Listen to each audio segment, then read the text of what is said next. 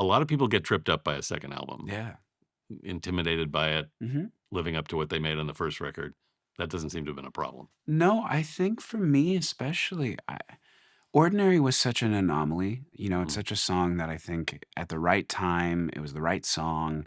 It was a ballad, and ballads hadn't been big for a very long time. And I think that, the fact that I had a song that big made everything else feel easier. I didn't need to try to make a hit anymore. Now it's just, I want to make a good song that I think is really, describes a feeling. I'm not trying to make a TikTok sound. I'm trying to make a song that will live mhm, on forever. mhm. So it's been fun.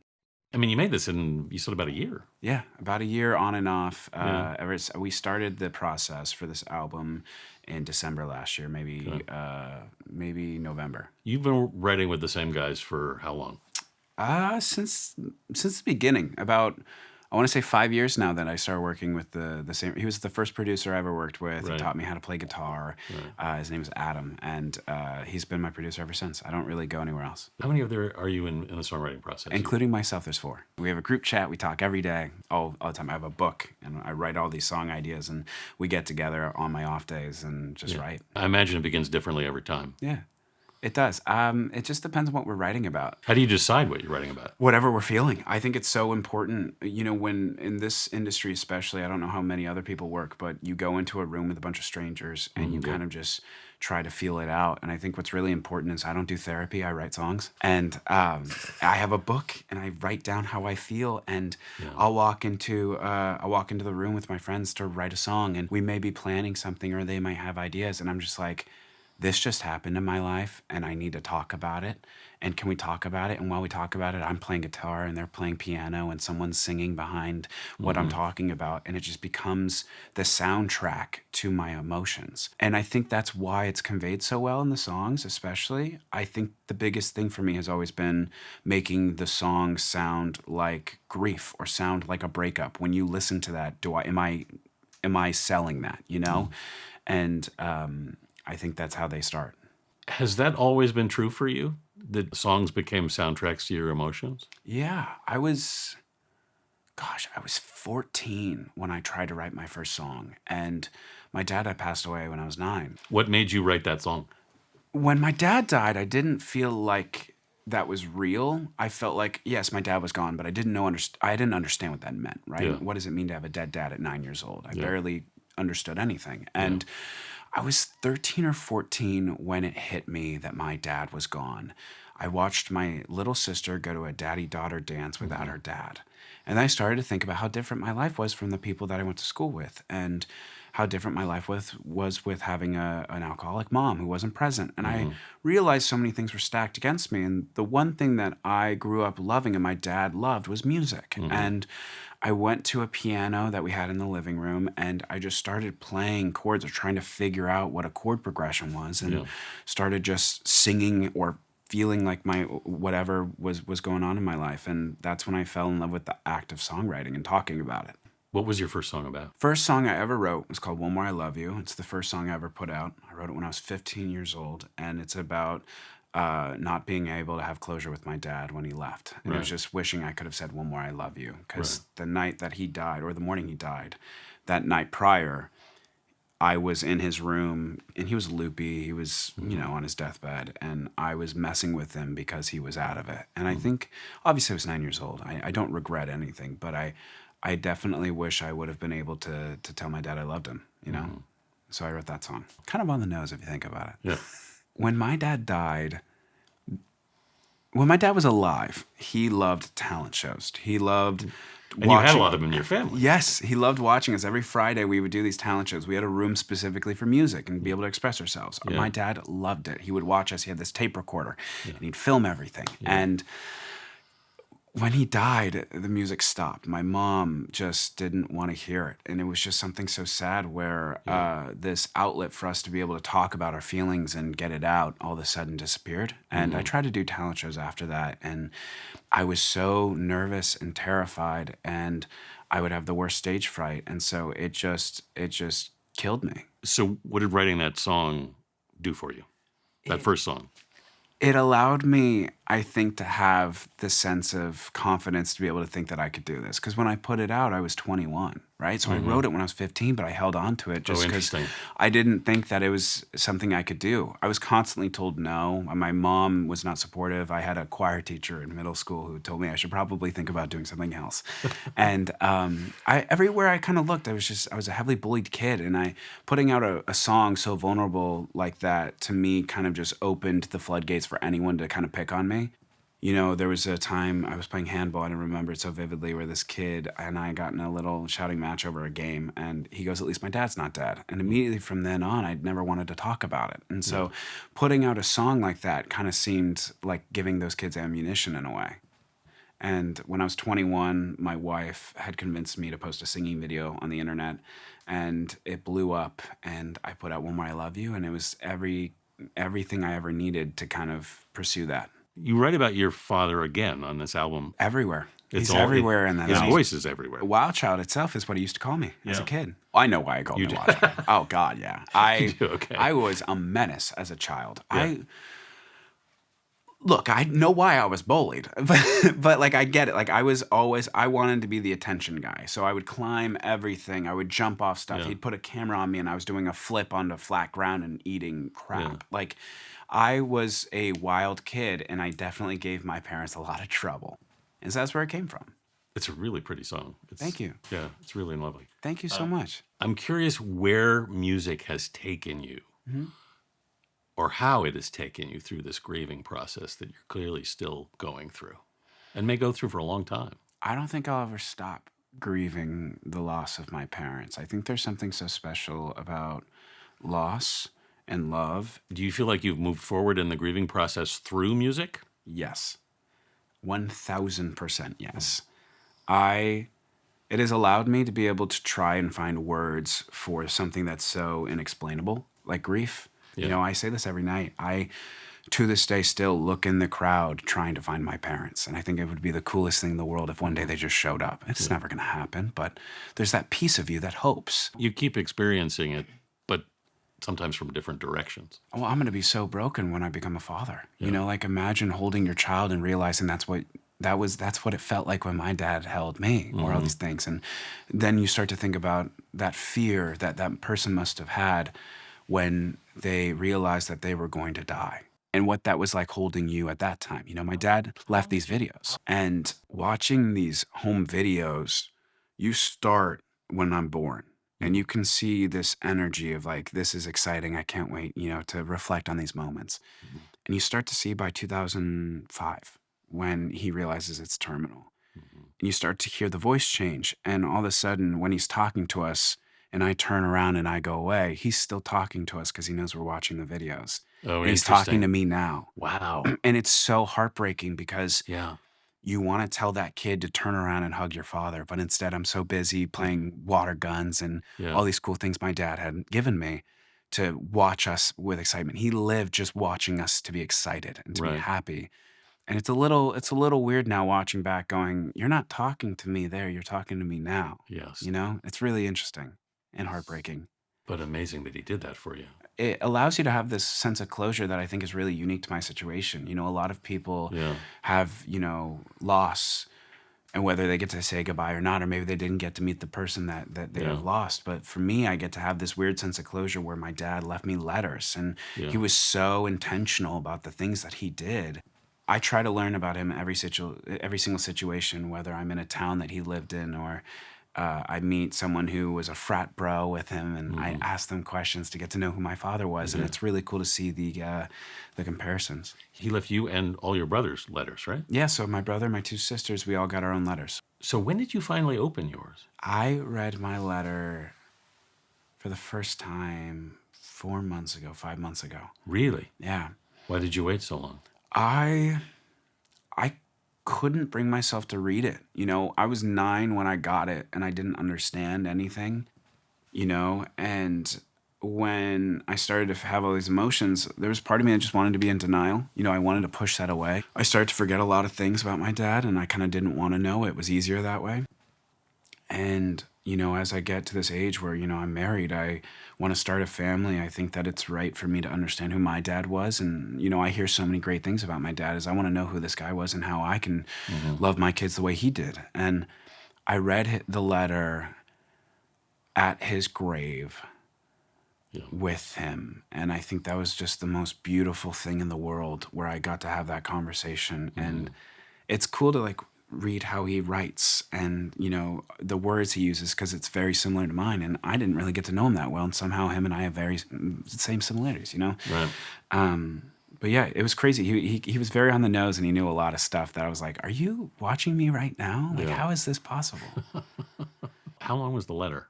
I'm just It's curious. a full page, Yeah. like a white page, full page. And then it's funny, instead of flipping it to the back to write more, he wrote on the sides and stuff. So it's like he took up all the surface area. Did he have a very specific kind of message? It was a beautiful... It was hard to read because it was so terminal. It was so... He ends the letter, and I just broke down crying because he ends the letter. It was such a it was such a privilege to be able to be your father, or it was something along those lines of it wasn't like you're the best kid and all these different things. It was with intent to end, right? And it's hard because I put myself in his shoes, and I have a wife. I have so many things in my life that I care about. I care about my life, and I know that he did too. His dream in life was to have kids, and the minute he had a family, it was ripped away from him. And watching him read that in a sense of this is about to end is so heartbreaking. The letter itself was really just trust your faith. You're so talented, and he said a lot of things that I had doubted in myself for a long time, and it was really, really nice to kind of read and hear words from a father figure. I was curious just because he seemed so deliberate. When you described him the way he did the videos, he seemed so deliberate in so many of the things that he did. He doesn't seem like a real person to me. And maybe this is just because Why not? he's too perfect. It's I truly, I grew up, after my dad passed away, I grew up in an abusive alcoholic home. And it's weird to think that that was a possibility in my life. I grew up in a very broken home where I thought it was normal until I got out. And all of a sudden I saw real relationships and real people. And I realized that's not how you treat people. That's not how you treat your kids. And I realized the disease that my dad had and my mom had. It's weird hearing from someone or a possibility that could have been my life happiness and being nice and caring. It's weird. And so I think for me, especially when I think of my father, the best thing that's ever happened to me is my dad dying. It's the worst thing that's ever happened to me. And it's the best thing because I truly think that he's watching down on me. But I also think that there's a level of, there's a person I have to be. I have to be kind, and I have to, be forgiving. And there's so many qualities in my life I have to be because I think that my father instilled it on me regardless of him being here, and I am who I am because of him, because I view him watching down on me, and I have to uphold that. How have you dealt with your mom in your music? With my music itself, that's something that I've battled with because, I've written a song called First Time on Earth. It's one of the most powerful songs I've ever written because it's truly about my mom and just it's your first time living, and how am I supposed to uphold you to anything, My mom had to raise 4 kids during a recession and watch her husband, her love of her life, die in front of her. How am I to judge that? How am I to say you did that wrong? Was it hard for you to get to that point, given what you went through? God, yeah. Oh my gosh. Yes. I was abused for 10 years. My mom was such an amazing person when she was sober, but she was rarely sober. She used to write these suicide letters, and depending on who it was, she would put our name on it and say it was our fault and leave it for us to find. Whoa. Do you have to forgive before you grieve? No, not at all. You can do them at the same time. I think so. There's a percentage of me that has resentment, but there's a huge percentage of me that truly thinks that this woman had a disease. My mom loved my dad so much that the minute he died, she couldn't bear the idea to live on this world anymore. How am I supposed to judge you for that? But a lot of people, Alex, wouldn't be able to get to that point. Yeah, but I don't want my life to be ruined because hers was. I think that there's a lesson in everything. And the perspective I've had to really like put on life is everything bad that has ever happened to you is a lesson to be learned.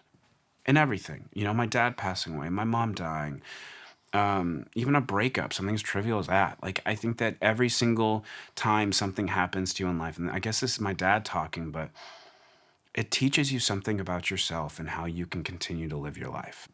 My mom, I would do anything to have a conversation with her. Regardless of whatever has happened to me, I just want to give her a hug. I think that there's a broken person there. And, you know, I just think that the disease consumed her. And the more and more I look at it in that perspective and less about me, it's not about me. My mom is the one who made the sacrifice. My mom is the one who had so many things happen to her. And, you know, there's different ways to go about it, but I cannot expect a person like that and what they went through to be a normal human being, you know? And the only way I can come out of this and not allow it to consume me is to continue to look at the good that came out of it. You know, my mom is out of her pain. My mom is with my dad. My life is what it is today because of that. I have a wife now because of that. I wouldn't have never met my wife if my mom wasn't like that, you know? I don't think I'd be in my relationship that I am now if my wife didn't sleep in a car with me. And I wouldn't be sleeping in a car if my mom didn't kick me out. And my mom wouldn't kick me out if she was an alcoholic. My mom wouldn't have been an alcoholic if my dad didn't die. The starter of all this was my dad passing away. That's a lot to put together. Yeah. Especially for a guy who didn't have therapy. Right. That's what I'm saying. I mean, I get it in some ways because I mean, it's very tricky when you deal with someone, a parent particularly, who hasn't been necessarily good to you. Yeah. And because sometimes it's hard to grieve that. I'm not saying what I'm doing is right either. No, I'm not. I think I'm very impressed by it. I'm just very curious at the process that gets you there. Grief looks different in every single person. Of course, yeah. And I think that how you work through it is so important to you, right? However you're able to live your life and continue your life after losing things and losing people is so important. I think one of the things that's interesting is when you reach the point when you realize what somebody who hurt you also gave to you. Yeah. I keep looking around and I want to disprove this so badly, but everything bad that has happened to me has led to something beautiful. And whether it's a lesson or whether it's me being able to treat someone better or not treat someone for granted. Like, there's so many things in life, and especially with how much loss I've experienced, I've been able to appreciate the things and the people around me. Every friend that I have, we're on such an emotional roller coaster. Like, my friends and I talk about our feelings. We talk about how much we care about each other. There's such a conversation to be said there because I've lost so much and we've lost so much. And it's just a beautiful thing where my crew and my team and my band, it's all just, it's so unique. It's just this beautiful group of people that I think we're able to appreciate everything we have because it's so talked about. And in this life especially, and the way I grew up, and even now, no one talks about grief anymore. No one does that. And I think it's so cool to be able to have an outlet and to be able to try to make it a normal thing. I don't mean this in a commercial sense. Yeah. I mean this in an emotional sense. Do you get here without music? Can you? Could you have? No, I don't think I'd be talking about this without music. It started when I was 6. It started with my dad. He gave you the ability to use it. Right, but like, what else can someone do? Like, where is there an outlet that isn't therapy, and that's such a private thing, and everyone's taught to not talk about it unless you're talking to your therapist and all these different things. And I think therapy is a beautiful thing. Yeah. Whatever gets you to talk, that's the first step, is talking. And you know, growing up, my mom weaponized therapy. Like, it was a thing where we'd go to each different therapist until someone said that my mom was right. And it took 13 of them until one day we got to one where she's like, you need to treat your mom better. And I was like, my mom hits me. My mom does all these crazy things. And I just told you all this. I just realized that it wasn't about us getting better. It was about us looking at her mom differently or something. And I think for me especially, I would have never talked about this without music. And I think everyone should have an outlet to be able to talk about grief or mourn someone, you know?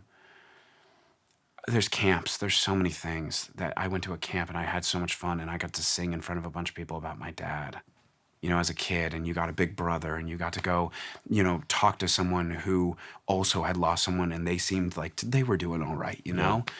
I think the fact that and I hate saying this, but it's something really beautiful, is I think that now that I've become a successful musician, I think that I can give a lot of people a sense that it gets better. You know, even though it doesn't, it gets manageable. At least for me, I thought that this wasn't a possible career path. I thought that music wasn't something that I could do, that only, you were either rich or you had parents who loved you, or you had all these different creative outlets that as a kid, it got you to this point. And I think with everything that I've gone through, it's crazy to think that I can do this now. Like, this is my job, and I'm sitting here talking to you and all these different things. And I think that anyone who's gone through an abusive relationship, whether it's a mom or a spouse or anyone you care about in your life, or you've lost someone, or there's just so many things in life where you feel like the cards are stacked against you, somehow it's still possible to pursue your dreams. Like, where else can you learn that? A movie where it's fake? What did you learn with this new record? I think I was always scared to be a father. Like, I was so scared because I didn't have one that I wouldn't know how to do it. Like, and especially because everyone had taught me that my dad was the perfect one. And how am I supposed to follow that up? I think the one thing I've learned from this record, I've realized that no matter what, as long as I try, I think I'll be a great father. And my wife is going to be a freaking great mother. Is that a relief? Yeah. Oh my God, yeah. Dude. I think I was so scared because I'm like, I can't fail. I don't want to be homeless again. I don't want my wife to be homeless. I don't want to bring kids in this world and have to go back to sleeping in a car. And I think this album has really opened my eyes to, no matter what my living situation is, no matter what happens to me career-wise, financially, or anything, it doesn't erase the fact that I can provide an amazing life to a child just with being there for them. Yeah. That's all you really have to do. That's what I'm learning. And when you have a parent who's complicated, Yeah. Sometimes people really struggle to grieve, and Sure. and then they feel guilty that they're not grieving, and Yeah. it's just really weird. It's just a loaded deck. And especially because you're not supposed to talk about it. Like, no one talks about it. And like, you're preconditioned with like different things of like, oh, you need to talk to a specialist. You need to talk to these people. You need to. Well, you're always supposed to go off into another room somewhere. Privately, right? Yeah, Like, that's always a thing. Like, I'll give them their space and all these things. You're creating an environment where I think it's like, people come to my shows and they bring their parents. Ashes. Like, really? Dude, you'd think on an outside perspective, you've never lost your parents, you never lost anyone close to you, you'd be like, that's weird. You'd think that. I unboxed my parents on TikTok. And what I mean by that is, it's something no one talks about. Yes. I received my parents' ashes in a FedEx box in a Ziploc bag. The most important people in your life, you'd think there'd be some sort of decorum. That's how it's perceived. That's how it's presented to you. And you have to deal with that by yourself. I show people what it's like, and they go, no way, this guy on the internet who I don't know also has the same experience that I did. Yeah. Maybe I'm not alone in that.